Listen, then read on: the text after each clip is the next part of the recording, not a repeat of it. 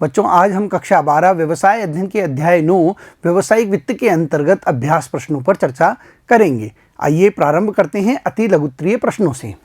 पहला प्रश्न है, पूंजी संरचना का क्या अर्थ है? देखिए, इसमें पूंजी संरचना का अर्थ पूछा गया है। पूंजी संरचना से आशय स्वामिगत तथा ग्रहित निधि के मिश्रण से है। कोई भी व्यवसायी अपने व्यवसाय के लिए दो स्रोतों से धन एकत्र करता है। इनमें से कुछ तो होते हैं स्वामिगत कोष और कुछ होते हैं ऋणगत कोष, जिसे हम ग्रहित निधि भी बोलते हैं। स्वामिगत निधि में समता अंश, पूर्वाधिकार अंश तथा संचय एवं आधिक्य अथवा प्रतिधारित उपार्जन सम्मिलित होते हैं। ग्रहित निधि में ऋण, ऋणपत्र, सार्वजनिक जमा आदि सम्मिलित होते हैं। इनको बैंक, अन्य वित्तीय संस्थाओं, ऋणपत्रधारियों एवं जनता से उधार लिया जा सकता है। दूसरा प्रश्न है, वित्तीय नियोजन के दो उद्देश्यों पर चर्चा करें। इसमें वित्तीय नियोजन के उद्देश्यों के बारे में पूछा गया है। वित्तीय नियोजन के दो उद्देश्य, पहला है निधियों की आवश्यकता अनुसार उनकी उपलब्धता का आश्वासन देना, यानी निधियों की जब हमें आवश्यकता हो तब निधि हमें उपलब्ध हो जाए।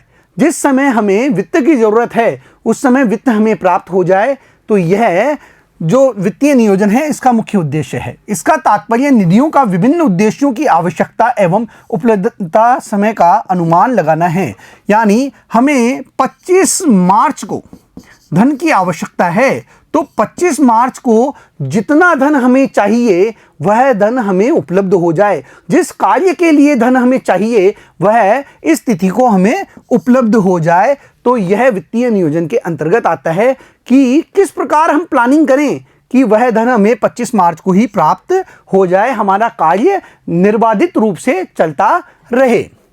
दूसरा है यह देखना कि फर्म संसाधनों में अनावश्यक रूप से वृद्धि नहीं करती है। निधि अधिक सदैव ही अनुचित है, ठीक उसी प्रकार जैसे अनुपयुक्त निधिकरण। देखिए, एक व्यवसाय में यदि बहुत ज़्यादा निधि है तो वह भी व्यवसाय के लिए हानिकारक होती है, क्योंकि हम कई बार वित्त ऋणगत कोषों से प्राप्त करते हैं। मान लीजिए हमें 5 लाख रुपए की आवश्यकता है और हमने हमारे व्यवसाय में 25 लाख रुपए रख रखे हैं। ऐसी स्थिति में ये जो अधिक धन पड़ा हुआ है हमारे पास, वह किसी भी प्रकार का हमें लाभ प्रदान नहीं करेगा, बल्कि उस पर हमें ब्याज जरूर देना होगा। तो यह हमारे व्यवसाय के लिए क्या होगा? भार के समान होगा। तीसरा प्रश्न है, वित्तीय प्रबंधन की अवधारणा का नाम दें जो निश्चित वित्तीय शुल्कों की उपस्थिति के कारण इक्विटी शेयर धारकों को वापसी में वृद्धि करता है। वह अवधारणा है वित्तीय उत्तोलक। वह अवधारणा वित्तीय उत्तोलक है जो ऋण के समस्त पूंजी से अनुपात को दर्शाता है। इसको हम ऋण बटा समता के रूप में देखते हैं। यह होता है वित्तीय उत्तोलक। जब वित्तीय उत्तोलक बढ़ती है तो निधि की लागत घटती है। जब भी यह बढ़ता जाता है, यह अनुपात बढ़ता जाता है, तो जो निधि की लागत होती है वह घटती जाती है, जिससे निश्चित वित्तीय शुल्कों की उपस्थिति के कारण इक्विटी शेयर धारकों के लाभ में वृद्धि होती है, लाभ में वृद्धि करता है। देखिए, जब समता अंशों के साथ साथ कोई व्यवसायी ऋण भी लेता है तो वह ऋणों पर ब्याज देता है, जिस पर करों से छूट प्राप्त होती है, और जो समता अंश धारक हैं उनके प्रति अंश आय में भी वृद्धि होती है। चौथा प्रश्न, अमृत एक परिवहन सेवा चलाता है और उद्योगों को यह सेवा प्रदान करके अच्छा रिटर्न कमा रहा है। कारण देते हुए बताएं कि फर्म की कार्यशील पूंजी आवश्यकता कम होगी या अधिक होगी। देखिए, कार्यशील पूंजी की आवश्यकताएं कम होंगी। इसके व्यवसाय में कार्यशील पूंजी की आवश्यकता कम होगी, क्योंकि यह परिवहन सेवा उपलब्ध कराता है, यह वाहन उपलब्ध कराता है संस्थाओं को, तो वाहन पर उसे स्थायी रूप से निवेश करना होगा। क्योंकि सेवा क्षेत्र जैसे परिवहन सेवा में कोई सूची अथवा विनिर्माण ऊपरी व्यय की आवश्यकता नहीं होती। कोई भी ऐसी सूची नहीं होती जिसके अनुसार उसे व्यय करना हो। साथ ही साथ विनिर्माण संबंधित कोई भी कार्य उसे संपादित नहीं करना होता। किसी भी प्रकार का क्रय विक्रय उसे नहीं करना होता। उसने वाहन खरीदा है, उस पर स्थायी रूप से निवेश उसने किया है। तो इस प्रकार से इसमें उसे कार्यशील पूंजी की कम आवश्यकता होती है। प्रश्न नंबर 5, रामनाथ टीवी के संयोजन और बिक्री के कारोबार में हैं। हाल ही में उन्होंने 3 महीने के क्रेडिट पर घटकों को खरीदने और नकदी में पूरा उत्पाद बेचने की एक नई नीति अपनाई है। क्या यह कार्यशील पूंजी की आवश्यकता को प्रभावित करेगा? अपने उत्तर के समर्थन में कारण दें। बिल्कुल, यह कार्यशील पूंजी को प्रभावित करेगा। देखिए, उसने क्रेडिट पर घटकों को खरीदने और नकदी में पूरा व्यापार करने की नीति अपनाई है। हाँ, यह कार्यशील पूंजी की आवश्यकता को प्रभावित करेगी। वर्तमान देनदारियों के कम होने से कार्यशील पूंजी की आवश्यकता कम होगी। जो देनदारियां हैं वे कम हो जाएगी, जिससे कार्यशील पूंजी की उसे कम आवश्यकता पड़ेगी। लघुत्तरीय प्रश्न, प्रश्न नंबर 1, वित्तीय जोखिम क्या है, यह क्यों उठता है? देखिए, किसी भी व्यवसाय के लिए वित्तीय जोखिम क्या होता है और यह कैसे उठता है, इस बारे में यह पूछा गया है प्रश्न। देखिए, एक व्यवसाय में जब कोई व्यवसायी ऋणों के माध्यम से धन प्राप्त करता है तो उस पर उसे निश्चित रूप से निश्चित ब्याज दर पर ब्याज भी देना होता है। साथ ही साथ निश्चित समय के उपरांत उसे मूलधन भी लौटाना होता है। इससे एक व्यवसाय पर वित्तीय जोखिम उत्पन्न हो जाती है। वित्तीय जोखिम का अर्थ, वित्तीय जोखिम से तात्पर्य उस अवस्था से है जब कोई कंपनी अपने निश्चित वित्तीय व्ययों अर्थात ब्याज का भुगतान करने में असमर्थ रहती है तथा पूर्वाधिकार अंशों पर लाभांश देने एवं देनदारियों का पुनर्भुगतान भी नहीं कर पाती। देखिए, वह अपने ब्याज का भुगतान करने में असमर्थ है तो यह उसके लिए क्या है? वित्तीय जोखिम है। साथ ही साथ पूर्वाधिकार जो अंशधारी हैं उन्हें वह लाभांश नहीं दे पा रहा है। साथ ही देनदारियों का पुनर्भुगतान भी उसके द्वारा नहीं किया गया है तो यह उसके लिए क्या होती है? वित्तीय जोखिम होती है। देनदारियां अर्थात जो पूंजी उसने ऋणों के माध्यम से ली थी अब वह उन्हें नहीं लौटा पा रहा है तो यह भी क्या है? उसके लिए वित्तीय जोखिम है। वित्तीय जोखिम के उत्पन्न होने के कारण, पहला, वित्तीय योजना का कार्यान्वित नहीं हो पाना। व्यावसायिक संस्था को कई बार वित्तीय योजना को निर्धारित किए गए स्रोत से वित्त प्राप्त नहीं हो पाता, फलतः महंगे स्रोत से वित्त प्राप्त करना पड़ता है। इससे संस्था की वित्तीय लागत बढ़ने के साथ ही जोखिम बढ़ जाती है। देखिए, जब एक व्यवसायी अपने वित्त के स्रोतों को देखता है तो वह कई स्रोतों से धन प्राप्त करने के बारे में सोचता है और यदि उसे सही स्रोत से धन प्राप्त नहीं हो पाता है तो इससे उसकी वित्तीय जोखिम बढ़ती रहती है। उसे महंगे स्रोत का चयन करना पड़ता है जिससे उसकी लागत बढ़ जाती है। दूसरा है पूंजी बाजार में होने वाले परिवर्तन। पूंजी बाजार में होने वाले आकस्मिक परिवर्तन भी वित्तीय जोखिम उत्पन्न होने के कारण होते हैं। जो पूंजी बाजार है उसमें जो परिवर्तन आते हैं उससे भी वित्तीय जोखिमें बढ़ती रहती हैं। अपरिवर्तनशील व्यावसायिक संस्था द्वारा जब एक बार वित्तीय नियोजन कर लिया जाता है तो उसमें परिवर्तन करना काफी कठिन हो जाता है। इसमें भी वित्तीय जोखिम बढ़ता है। देखिए, जब वह वित्तीय स्रोत के बारे में चयन कर लेता है, जब वह वित्तीय नियोजन करता है तो उसमें वह आसानी से परिवर्तन नहीं करता। उसमें परिवर्तन करना बहुत ही व्ययकारी होता है जिससे भी वित्तीय जोखिम बढ़ता है।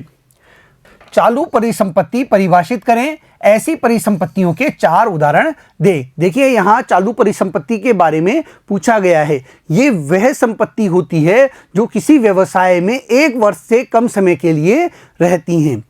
चालू परिसंपत्ति वे संपत्तियां होती है जो व्यवसाय में 1 वर्ष से कम समय के लिए होती हैं। चालू संपत्तियों के माध्यम से व्यवसाय की दैनिक संचालन क्रियाओं को सुगम रूप में संचालित रखने में व्यवसाय को सहायता प्रदान की जाती है। जो दैनिक क्रियाकलाप हैं उनको करने के लिए चालू संपत्तियों की आवश्यकता होती है और इसके लिए कार्यशील पूंजी का निवेश किया जाता है।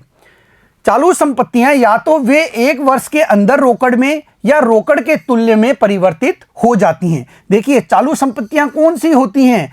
वे संपत्तियां जो 1 वर्ष से भीतर कम समय में नकद के रूप में हम परिवर्तित कर सकें। जैसे बैंक में हमारे पास कोई धन पड़ा हुआ है, बैंक में पड़े हुए धन को हम नकदी में बदल सकते हैं, उसे हम क्या है? नकदी में परिवर्तित कर सकते हैं। हमारे पास गोल्ड पड़ा हुआ है तो उसे भी हम नकदी में परिवर्तित कर सकते हैं। लेकिन जो भूमि होती है, भवन होती है, इसको बेचकर नकदी में परिवर्तित करना बहुत कठिन कार्य होता है। ये संपत्तियां व्यवसाय को तरलता प्रदान करती हैं। ये संपत्तियां संस्था को अल्प लाभ ही सुलभ कराती हैं। और जो ये संपत्तियां होती है, जो चालू संपत्तियां होती है, इनसे व्यवसाय को कम लाभ प्राप्त होता है, ये अधिक लाभ नहीं दिलाती हैं। ये उदाहरण हैं रोकड़ हस्ते, रोकड़ बैंक, यानी कैश जो हमारे हाथ में है और कैश जो हमारे बैंक में रखा हुआ है। विक्रय योग्य प्रतिभूतियां, प्राप्य बिल, देनदार, ये सभी चालू परिसंपत्तियों के उदाहरण हैं। तीसरा प्रश्न है, वित्तीय प्रबंधन के मुख्य उद्देश्य क्या हैं? संक्षेप में विवरण दें। देखिए यहां पर वित्तीय प्रबंधन के मुख्य उद्देश्यों के बारे में पूछा गया है। वित्तीय प्रबंधन का मुख्य उद्देश्य अंशधारियों की धन संपदा में अधिकतम वृद्धि करना होता है। जो अंशधारी होते हैं, जिन्होंने की व्यवसाय में निवेश किया है, उनकी धन संपदा को किस प्रकार बढ़ाया जाए, यह वित्तीय प्रबंधन का प्रमुख उद्देश्य माना जाता है। कंपनी के अंशों का बाजार मूल्य निवेश संबंधी निर्णय, वित्तीयन संबंधी निर्णय तथा लाभांश से संबंधित निर्णय से संबंधित होता है। जो भी अंशों का बाजार मूल्य है वह निवेश संबंधित निर्णयों से प्रभावित होता है, साथ ही वित्तीयन संबंधी निर्णयों से भी यह प्रभावित होता है। और लाभांश का किस प्रकार वितरण किया जा रहा है, इसके लिए जो निर्णय हम लेते हैं उससे भी यह प्रभावित होता है। यदि सही निर्णय लिए जाते हैं तो अंशों के बाजार मूल्य में तेज गति से वृद्धि होती है और अंशधारियों की जो आय है, जो लाभ है, वह बढ़ता है। यदि गलत निर्णय ले लिया है एक व्यवसायी द्वारा निवेश के संबंध में, वित्त के संबंध में और लाभांश से संबंधित, तो इससे अंशों के बाजार मूल्य में गिरावट होगी और जो अंशधारी हैं उनके लाभ में कमी आएगी।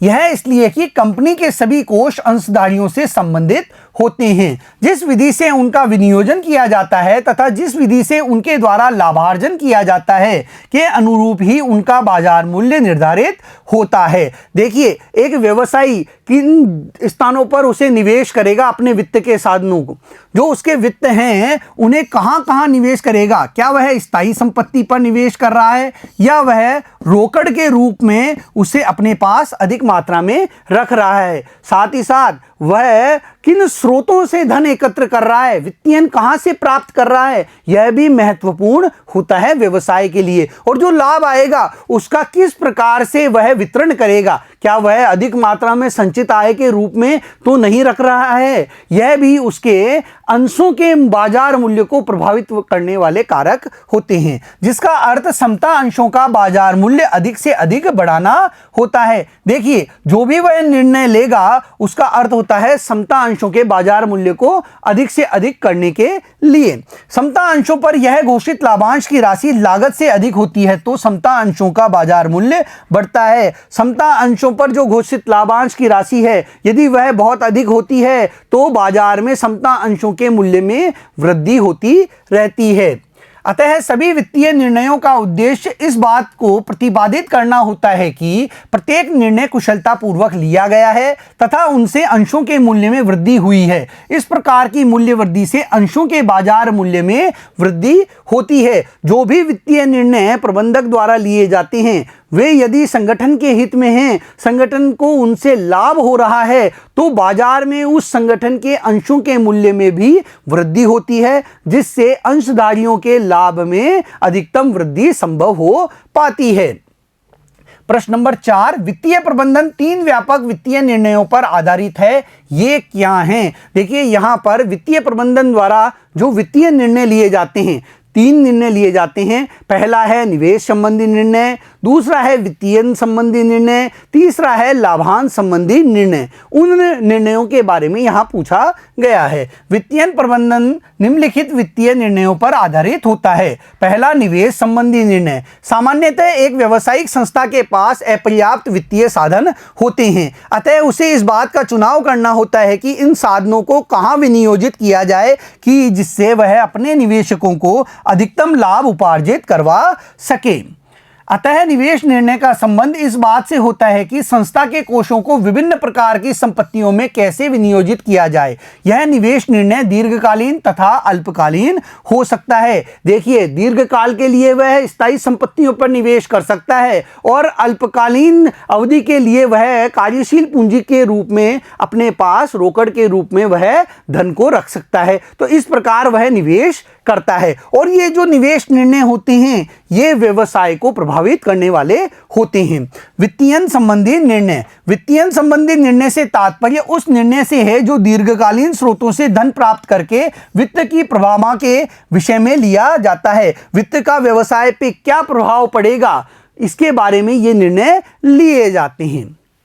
इनके अंतर्गत विभिन्न उपलब्ध स्रोतों की पहचान की जाती है। कहां से धन प्राप्त होगा उन स्रोतों की पहचान की जाती है। उन स्रोतों को पहचान कर यह निर्णय लिया जाता है कि किस स्रोत से वित्त प्राप्त करना संस्था के लिए लाभदायक रहेगा। कि भाई हम किस स्रोत से धन प्राप्त करें, समता अंशों के निर्गमन द्वारा हम धन प्राप्त करें या फिर ऋण के रूप में हमें संस्था में धन प्राप्त करना है। अब यह निर्णय जो भी है यह संस्था के लिए यदि लाभदायक है तो व्यवसायी निर्णय आसानी से ले लेता है।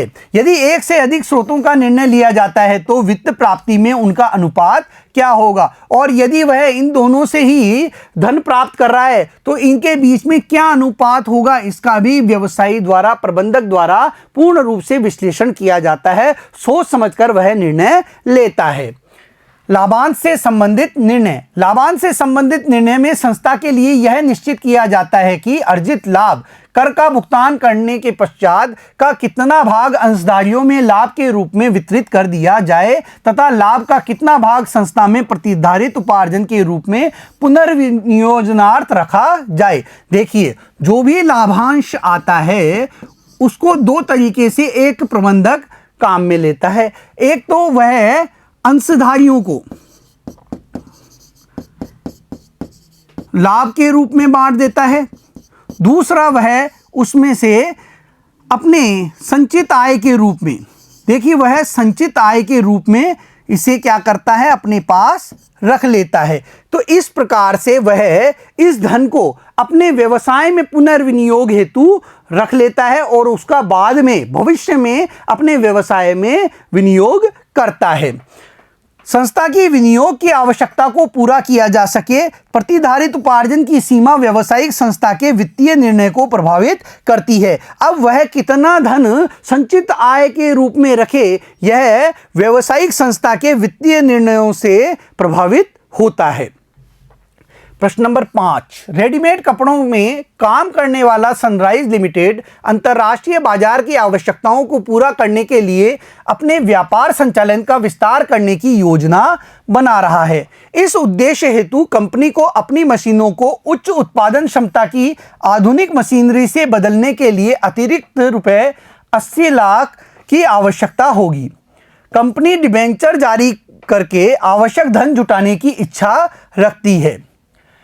ऋण 10% की अनुमानित लागत पर जारी किया जा सकता है। कंपनी का पिछले वर्ष का EBIT रुपए 8 लाख और कुल पूंजीगत निवेश रुपए 1 करोड़ था। सुझाव दें कि डिबेंचर का मुद्दा कंपनी द्वारा तर्कसंगत निर्णय माना जाएगा अथवा नहीं। अपने उत्तर का औचित्य सिद्ध करते हुए कारण दें। इसमें हमें अपने उत्तर का औचित्य देना है कि यहां पर जो डिबेंचर का मुद्दा है वह कंपनी के लिए तर्कसंगत है या नहीं। यहां पर जो डिबेंचर एक कंपनी द्वारा जारी किए जाने हैं वह तर्कसंगत नहीं है। नहीं, डिबेंचर का मुद्दा कंपनी द्वारा तर्कसंगत निर्णय नहीं माना जाएगा। क्यों नहीं माना जाएगा इसको देख लेते हैं। देखिए, ऋण की लागत कितनी है, 10% और ROI रिटर्न ऑफ इन्वेस्टमेंट यहां कितना आ रहा है, इसे ज्ञात करने के लिए हम सूत्र काम में लेते हैं EBIT बटा कुल निवेश गुणा 100। इसके द्वारा हम रिटर्न ऑफ इन्वेस्टमेंट ज्ञात करेंगे, निवेश पर आय ज्ञात करेंगे। 8 लाख बटा 1 करोड़ गुणा 100, यहां पर हमारे को ज्ञात हुए 8%, यानी ROI कितनी आई, 8%। अब आप देखेंगे ऋण की लागत है 10% और ROI आ रही है 8%। तो यहां ऋण की जो लागत है वह निवेश पर आय से अधिक है, इसलिए यह हमारे लिए सही नहीं होगा। ऋण की लागत ROI से अधिक है, इसलिए जो डिबेंचर्स जारी किए जाने हैं वे एक फर्म के लिए सही नहीं होंगे।